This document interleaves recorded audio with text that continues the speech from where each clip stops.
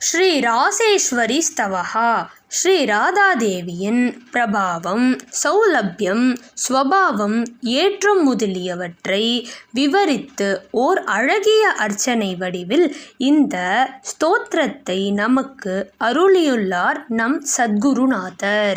विशुद्ध प्रेम साम्राज्य महाराज्ञै नमो नमः.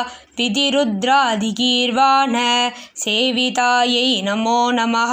अनेक कोटि ब्रह्मांड महेश्वर्यै नमो नमः. अत्यद्भुतरसानंद स्वरूपिण्यै नमो नमः.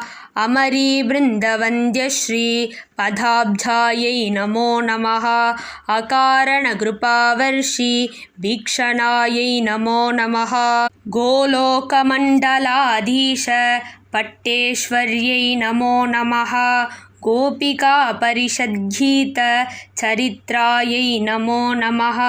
गोपी सहस्रकैङ्कर्य तोषितायै नमो नमः. गोविन्दमानसोल्लास सौन्दर्यायै नमो नमः. ललिताद्यष्टललना लालितायै नमो नमः. लक्ष्मीलक्षाधिकमहा लावण्यायै नमो नमः. राखाचन्द्रसमानश्री वदनायै नमो नमः. रमणीनिकरप्रेम भावज्ञायै नमो नमः. ब्रह्मरुद्रादिलोकेश दुर्लभायै नमो नमः. वृन्दावनलतावृक्ष सुलभायै नमो नमः. श्वेतचम्पकवर्णाभ विग्रहायै नमो नमः. पादपद्मरणदिव्य मञ्जीरायै नमो नमः. पद्मशङ्खादिरेखाढ्य पदाब्जायै नमो नमः. पद्मपत्रादिसौन्दर्य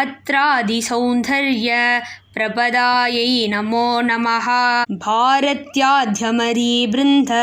पूजितायै नमो नमः.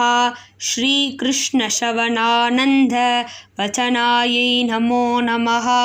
रासेश्वरीस्तवमिमं यः पठेत् भक्तिसंयुतः तस्य रासेश्वरी नूनं सुप्रसन्ना वरप्रदा. इति रासेश्वरीस्तवः सम्पूर्णम्.